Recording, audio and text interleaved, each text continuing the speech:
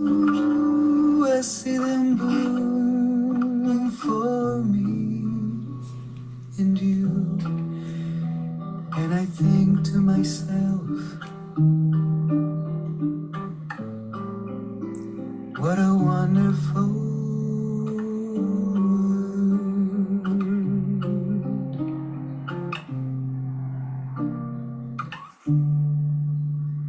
I see skies of blue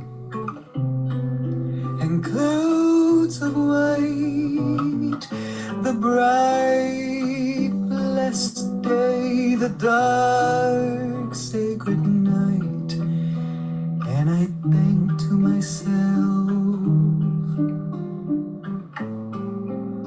what a wonderful world.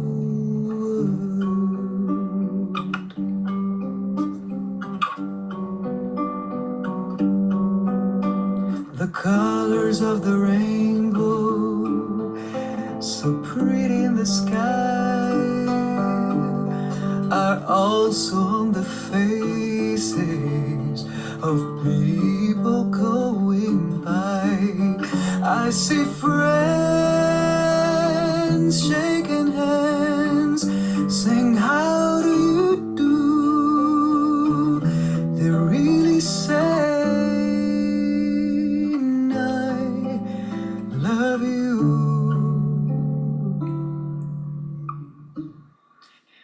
I hear babies cry, I watch them grow. They learn much more than I'll ever know. And I think to myself,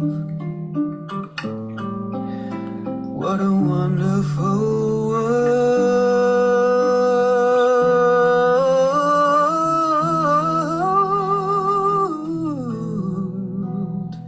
And I think to myself, what a wonderful world.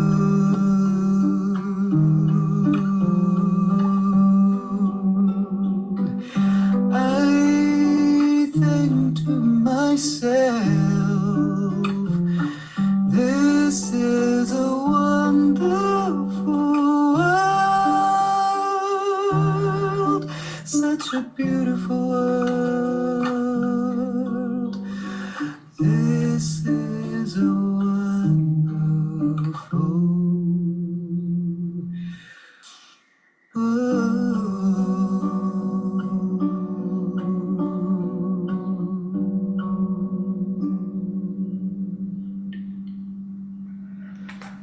All right, good morning, everyone.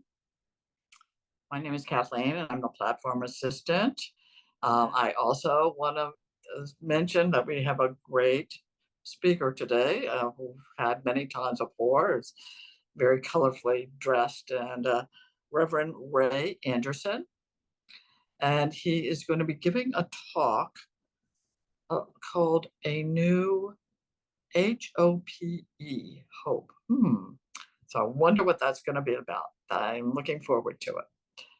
And now for our centering prayer, as we begin, I picked out a poem by Khalil Gibran entitled Fear. This is partly because I'm going through a lot of anxiety and fear these days. So anyway, but this is a good poem for me to remember. It is said that before entering the sea, a river trembles with fear. She looks back at the path she has traveled, from the peaks of the mountains, the long winding road crossing forests and villages. And in front of her, she sees an ocean so vast that to enter there seems nothing more than to disappear forever. But there is no other way. The river cannot go back. Nobody can go back. To go back is impossible in existence. The river needs to take the risk of entering the ocean, because only then will fear disappear. Because that's where the river will know it's not about disappearing into the ocean, but of becoming the ocean. I mean,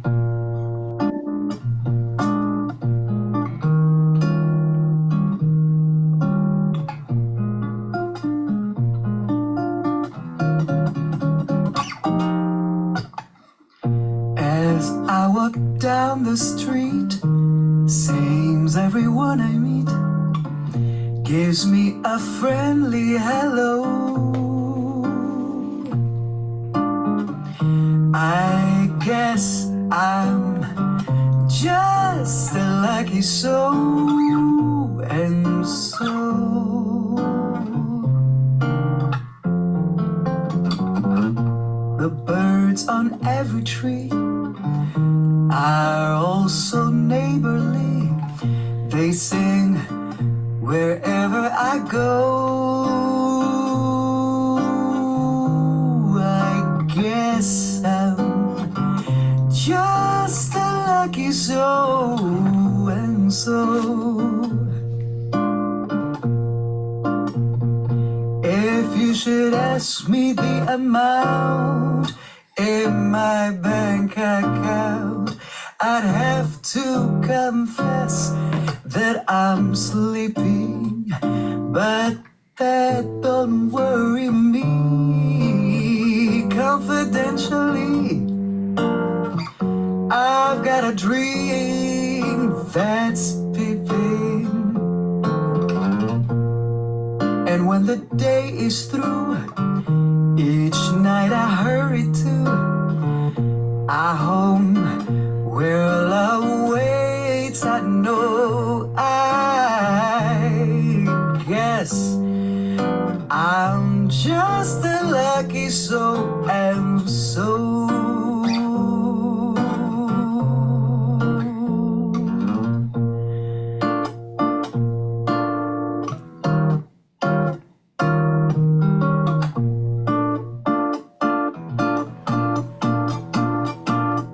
if you should ask me the amount in my bank account, I'd have to confess that I'm sleeping, but that don't worry me. Confidentially, I've got a dream that's sleeping, and when the day is through, each night I hurry to a home where love awaits. I know, I guess I'm just a lucky soul, and so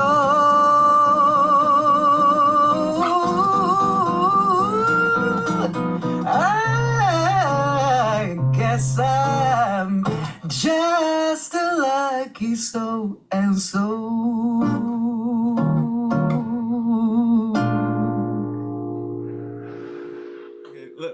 let's pause for a second, because I want us to take that in for a moment, that the lyrics expressed the need to not be worried about external conditions. Why? Because as she said, being a lucky so-and-so. But let's pause for a second and say, so what's a so-and-so? Spirit outpicturing spirit only. And if that's spirit outpicturing spirit only, then not only are we not lucky, we're a blessed so-and-so. Namaste and greetings, Unity of DC. Happy New Year. Hey, what's up? So, oh, wait a minute. Is it past the time that we say Happy New Year? I mean, this is the first time I'm seeing you. So not only Happy New Year, but happy blessed, happy joyful, happy healing, happy evolutionary, and happy loving New Year.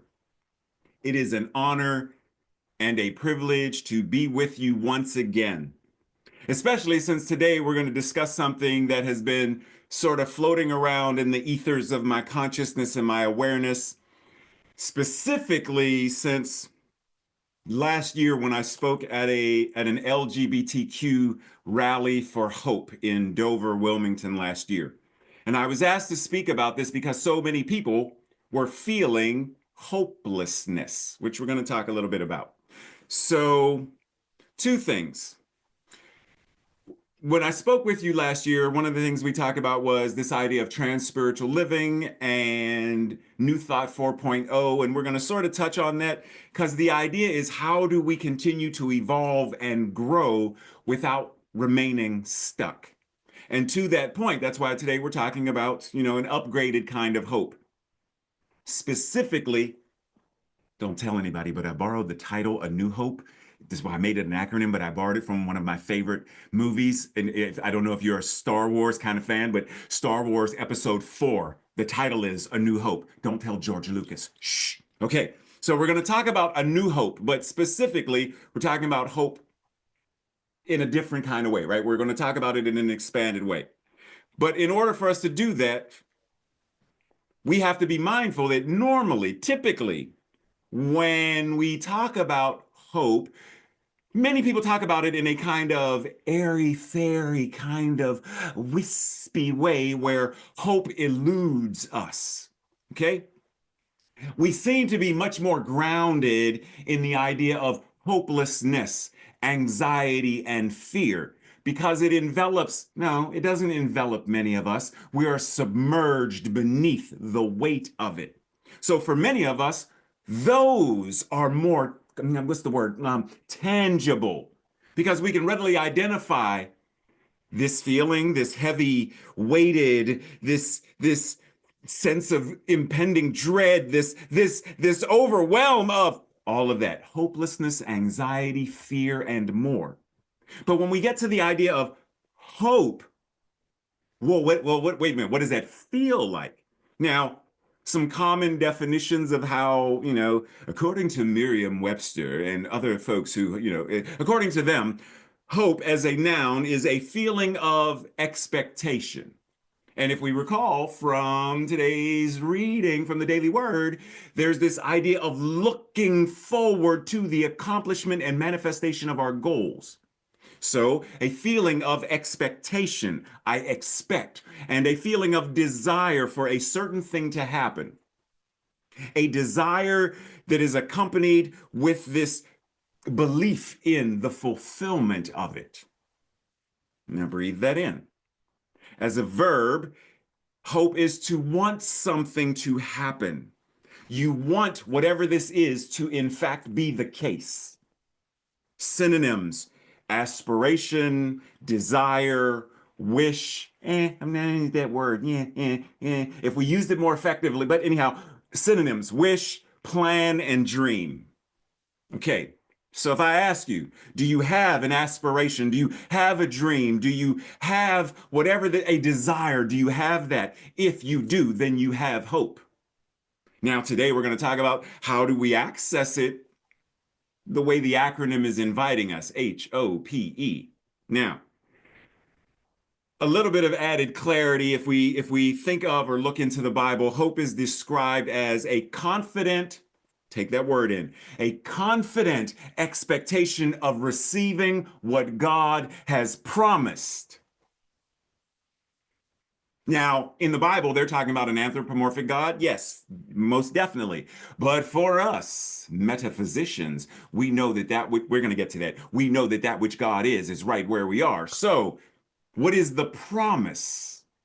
It is a choice to trust in this promise of the divine and believe that it will be and is fulfilled. Breathe that in. Now, at the rally that I mentioned that I spoke at, we talked about, or a lot of people talked about this idea of, hope and holding on to hope and all of these things. And it was like, I need it to be something tangible. I need it to be something relevant rather than I'm looking for hope in all the wrong places. It's not there. Siri, where is hope? I cannot find her. I need it to be something where we can sit in this calm, still space of right here, right now, and there it is, because it is where we are. And okay, we're going to get there, but it's right here. I need it to be that.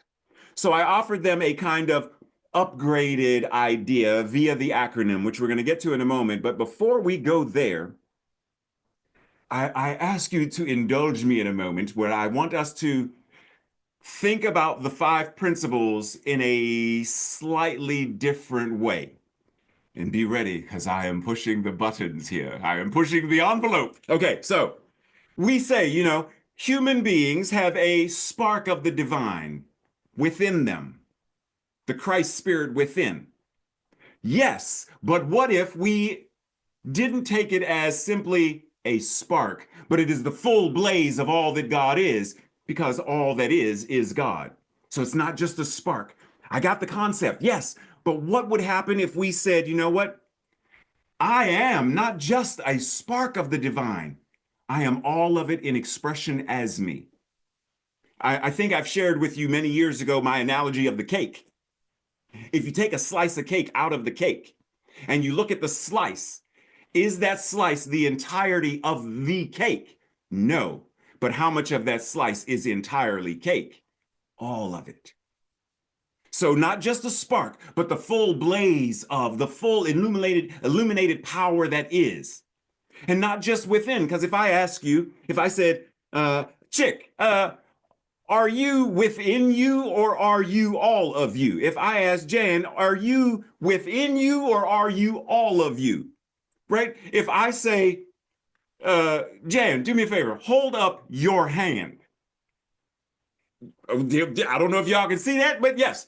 So why would Jan hold up her hand if the hand wasn't part of, identify? So it's all of.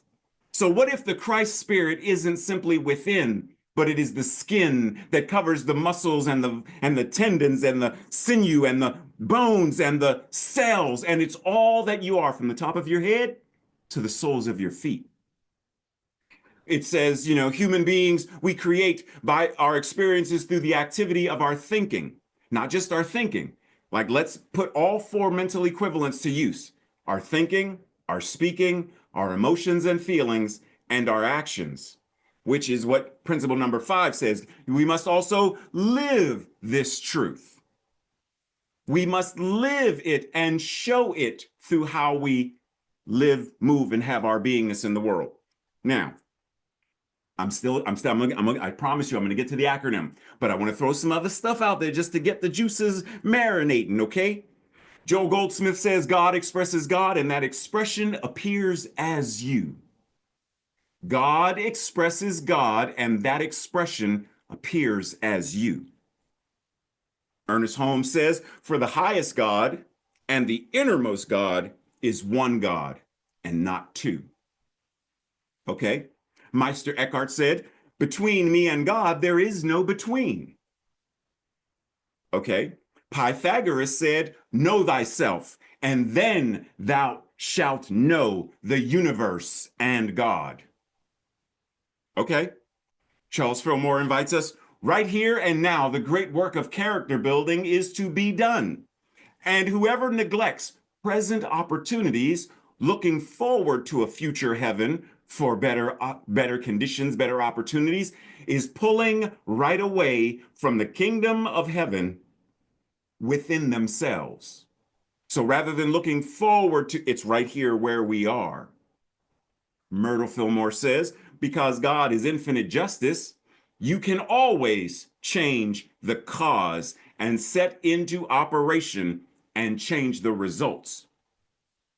We can always. Now, why is that? Back to our acronym. H.O.P.E. Hope is how our power expresses. Hope is how our power expresses. And when we think of a collective, new thought, how our people express. This is Black History Month. You may be familiar with Frederick Douglass. Frederick Douglass said, I prayed for 20 years for freedom, but received no answer until I prayed with my legs. Now, what is that saying? How power expresses in action. Hope is what stirred Nelson Mandela, inspiring him as he sat in a jail cell on Robben Island until freedom and the presidency of South Africa were his. Hope is what moved Reverend Dr. Martin Luther King Jr. and Representative John Lewis. Hope is what birthed the suffragists. Hope is what birthed the gay liberation movement, the civil rights movement, the abolitionists. Hope is what stirred ACT UP, because hope is what the empowered and authentic divinity moves and shows up as our thinking, our speaking, our emotions and feelings, and our actions. So bring to mind any individual whose life is a divine demonstration of spirit in action, because they are a lucky so-and-so. They are a blessed so-and-so. Bring to mind, it could be anybody. Emma Curtis Hopkins, anybody. The Dalai Lama, anybody. Recently, Bishop Buddy came to the consciousness of many people. We didn't know who she was before that magnificent and blessed so-and-so stood there and didn't speak truth to power, spoke truth powerfully, because that which is the Christ showed up and showed out. Bring to mind anyone, James Baldwin. Bring to mind anyone, Bayard Rustin, anyone, Christine Jorgensen. Bring to mind anyone. And then bring to mind you. Bring you to your mind. Now, you may be saying, but Reverend Ray, clearly you're not putting me on the level of a Reverend Dr. Martin Luther King Jr., as a Nelson Mandela, a Harvey Milk, an Audre Lorde. Yes, I am. Why? Because that which God is all there is. And it is incarnating and expressing itself in, through, and as you right now. So rather than looking at others and putting them on the pedestal of, no more pedestals. Look at everyone as a divine demonstration of the one. Some people know it, some unfortunately do not. This is why we see a lot of the things that are happening, wars and rumors of wars, emotional wars and wars within families and wars within states and wars within politics. That's why, because they don't know who and what they are. But the more we know who and what we are, in the same way that the suffragists knew. They didn't say, well, maybe we as women, maybe we demand our rights. The gay liberation movement, we demand our rights. Because they knew they were worthy and they deserve. And we know that this worthiness and deserving comes from knowing who and what we are. We are divine demonstrations of love itself. This is why I don't say, God is not omnipotent, but God is omnipotence itself. And that omnipotence shows up as your power right now. How our power express. How does your power express? Does it express as a hug that you give to someone when they are in need? Does it show up as, I'm feeling parched, so you drink some water to nourish your system and lubricate your body? Does it show up as a kiss on the forehead, a pet to your dog or your cat? It is an expression of love. How does your power show up? Now, I wasn't with you last week, but I heard that the amazing John shared with y'all the power of haiku. That too is power, the power of poetry and what poetry does to move us and inspire us. It touches a place within our being that mere words alone don't reach. But the moment you put those words, just like someone can say, sometimes when you are right, you get like the words by themselves, but the moment you go, Sometimes in our lives, oh, you put music to it and it reaches a different space. The moment you put this word with this word and this syllable with this syllable, and you speak it, it hits differently. So hope, your power is the poetry that we write, that we speak. Hope is the songs that we sing, the tears that we shed, the way we use our dollars to speak up for us. Hope, like Elphaba in Wicked, hope is how we show up unlimited and how we defy gravity. That is hope. Hope is, as she said, whatever the wizard is for each of us, no wizard that there is or was is ever going to. Whatever the wizard is for you, for us individually, for us collectively, remember, there is no wizard strong enough to douse the fires of hope, because hope is not simply something we feel. Hope is what we are from the soles of our feet to the tops of our heads. Hope is from the surface of our skin to the muscles, the tendons, the bones, the molecular structure, and the quantum particles and waves. Hope is truly how the divine is living this thing. So be mindful. Prayer is not simply something we do. Amen is not simply something we say at the end of a prayer.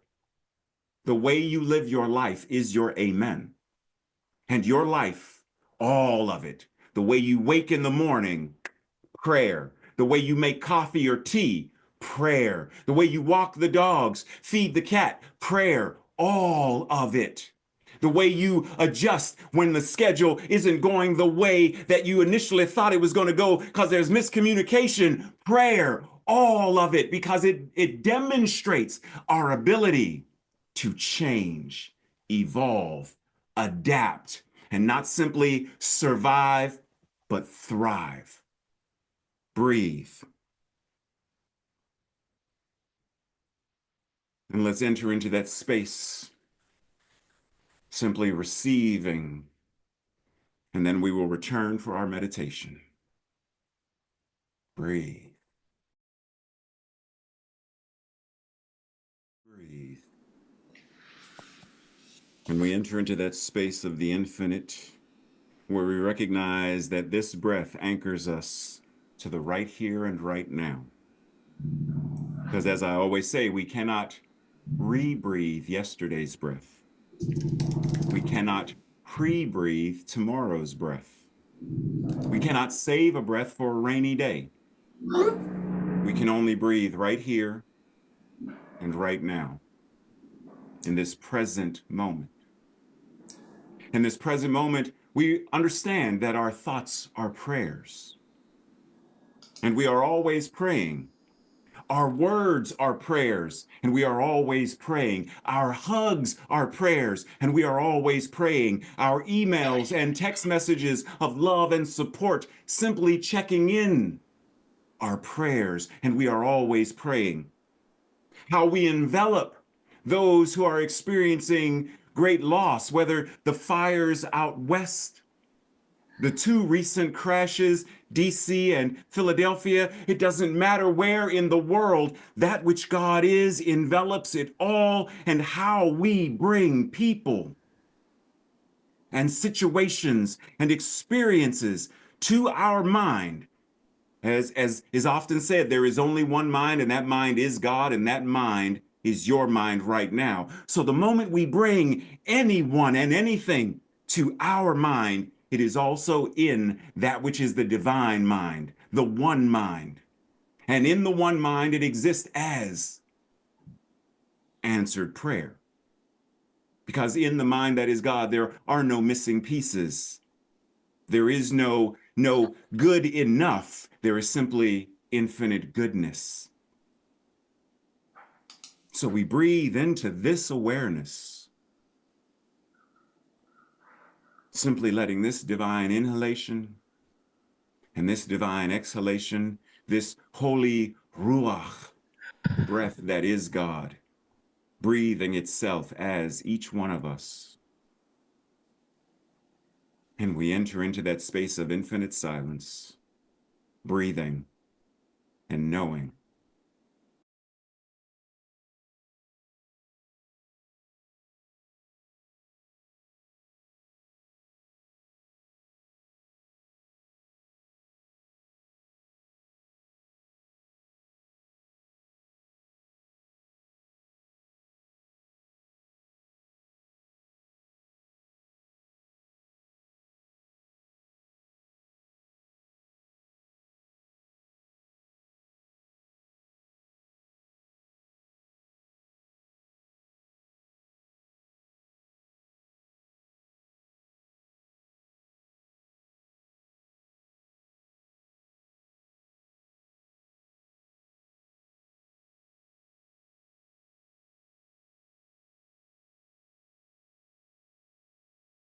And we breathe with the awareness that says, the moment we think, may these people be comforted, the activity of the divine is already answering that prayer.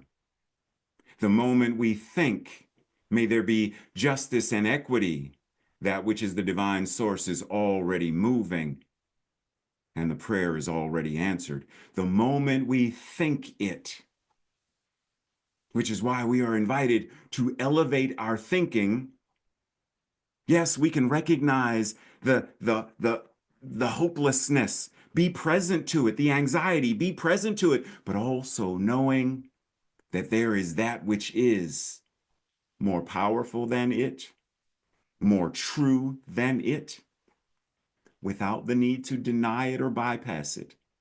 But it is saying, this is the anxiety that I feel, and this is why I feel it. This is the fear that I feel and why I feel it. This is the hopelessness that I feel and why I feel it. And knowing that I am that which is, the infinite power and presence of the all that is, I bring that awareness to the hopelessness, to the fear, the dread, the anxiety. I bring it together in the same way that we may have been taught to bring our hands together for prayer or bring our hands together for namaste. I bring the what is with the absolute truth of my being. I bring it together. And in the bringing it together, the healing occurs. The yin, the yang, together, harmony and balance and peace. So it is in this space right now, this meditative awareness that we carry with us with every breath. With any breath, we pause and recognize, not just as when we understand the story of Moses, when he climbs the mountain and is told, I am that I am, as the name, but as I was once taught by a rabbi in Pittsburgh, a more accurate translation is, I am that which is ever becoming more of itself. And so we breathe and know that each of us is the infinite I am ever becoming more of itself, right where we are, as we are. And in that is our power. And in that is the hope of how our power expresses and how we heal the world and how we evolve in love. And so it is. Blessings.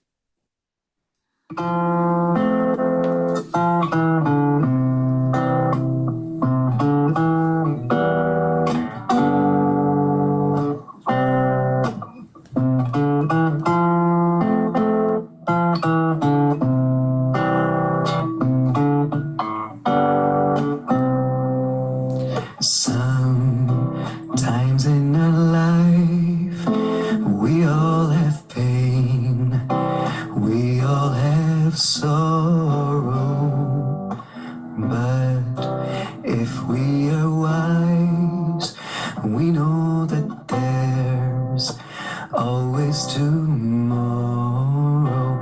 Lean on me when you're not strong, and I'll be your friend.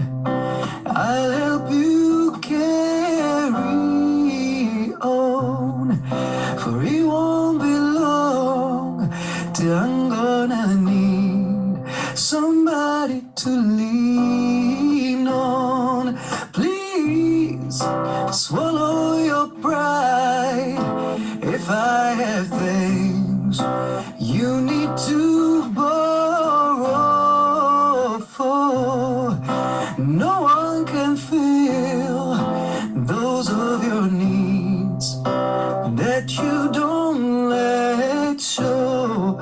So just call on me, brother, when you need a hand. We all need somebody to lean on. I might just have a problem that you'd understand. We all need somebody to lean on. Lean on me when you're not strong, and I'll be your friend. I'll help you carry on,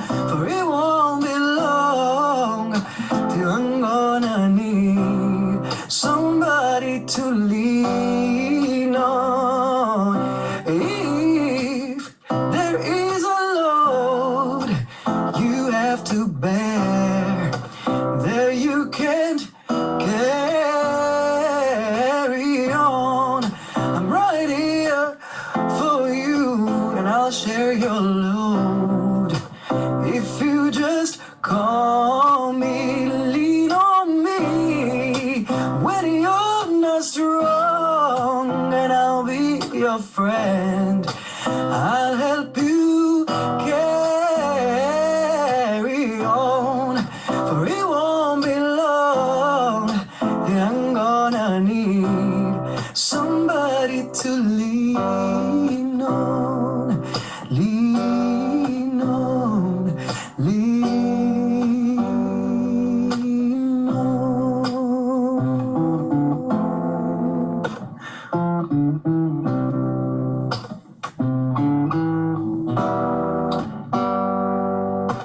Ooh, ooh,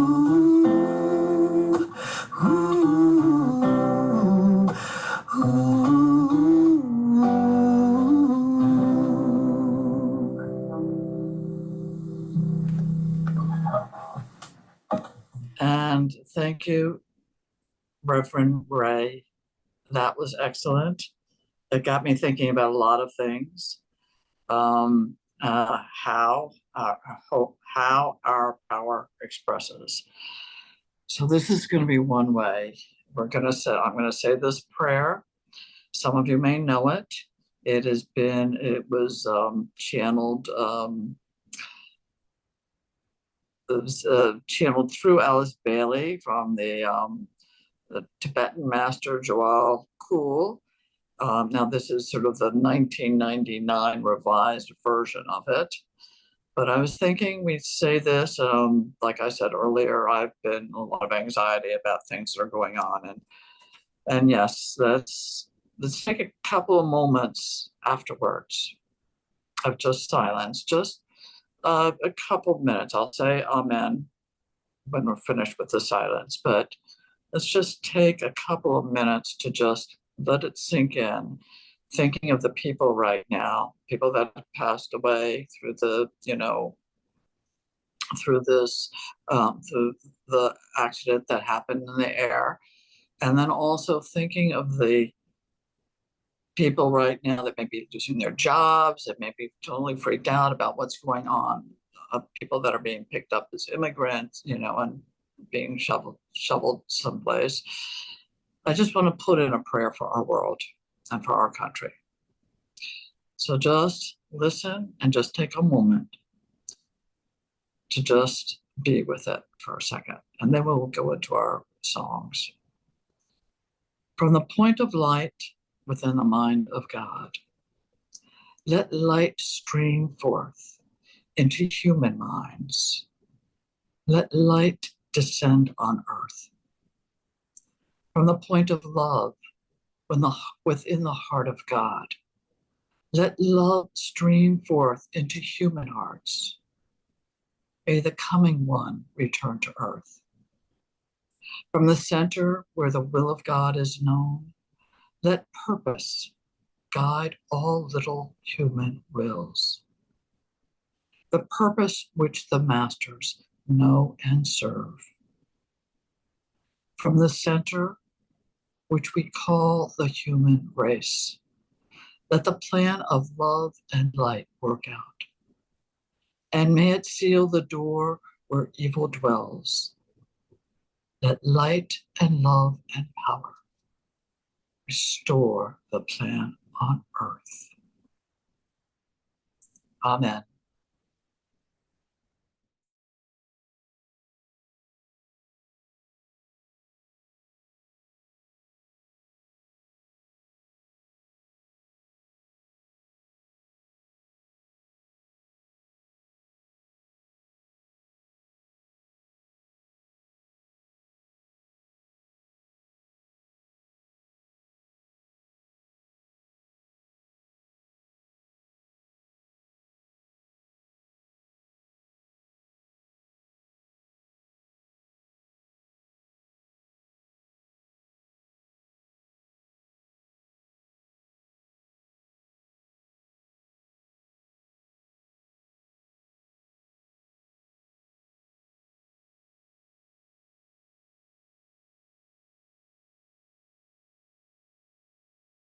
I'm gonna say a name. Raise your hand if you know this name. Shakespeare. Now, I mean, and I'm saying this seriously because Shakespeare wrote, well, I mean, depends on who you ask, because he borrowed it, but well, for the sake of conversation, wrote sonnets and plays. Lorraine Hansberry, playwright, right? August Wilson, playwright. We know Rent. We know Angels in America. We know Wicked. Like, we know all kinds of plays and things. And people often think, it's just a play. It's just art. All of these things in one way, shape, or form have moved culture, society, hearts, minds, and souls. Many people can think. The first time I heard 525,600, and it changed them. First time I heard, I was in middle school Spanish class, and I was the only seventh grader. And when I say bawling, I mean the snot bubbles and everything. When I heard to dream the impossible dream, when I saw the story of Don Quixote de la Mancha, seventh grade me burst into tears, and my entire life changed. Never assume that anything any of us are doing is small or trivial or not making a difference. Each one of us is the divine. And so everything we do has the handprint, the fingerprints, the breath, the all that God is. All of it. The plays that you are writing are scriptures that you are offering the world. It's a blessing. Oh, well, the things I want to say. So bear with me, 'cause I love y'all. Bear with me for a second, because I'm going to use an analogy that's going to be a little bit of, okay? How many of us have been in a swimming pool, and the moment someone said someone peed in the pool, we rush to get out? We don't have to, right? And I mention that specifically to reference, if it's all God, then any thought anywhere in the pool that is the divine affects everybody in the pool. That's why every haiku, every play, every song, every prayer, every meditation, all of it is shifting and changing what's going on in the collective. There's only one. There's only one life, right? And just real quick, and I know Helen had her hand up, so I want to take away from time. Oftentimes people will say, but how, Reverend Ray, how can there be only one and yet there are so many of us? The paradox of duality and whatnot. And I'm like, look, we understand this. If I were to say humanity, how many is that? It's one. Humanity is one that is made up of the however many billions of humans. We already understand it when it comes to that. Then why is it so difficult to understand the same concept that God as one and we are the divine expressions of? It's the same thing. But we try to make this, what God is somehow different, separate, other than everything we do as humans. If everything that we are is it, then everything that we do is sacred and holy when we understand it to be so. So to Margaret's point, when we think of something like Pastor Martin Niemöller, when he said, first they came for the communists and I did not speak out because I was not a communist. And then they came for the socialists and I didn't speak out because I'm not a socialist, right? And he gets all the way to the bottom. And then they came for me and there was no one left to speak out for me. Let's do the new thought flip. First, they came for the immigrants. And even though I was not one, I spoke up and I prayed and I wrote. Then they came for the LGBTQ folks, and I wasn't LGBTQ, but I spoke up and I wrote and I prayed. I wasn't on the plane, but I know those who were, so I bless their souls and I offer comfort for their families and friends. We are not helpless. We are the very power that is infinite help, individualizing itself as us. We are the medicine that this world needs right now. Let us not deny anyone the power of love that is in every cell of our body, every breath that we take and every thought that we think. It's all, wherever I go, God is. And I make it well because I know that.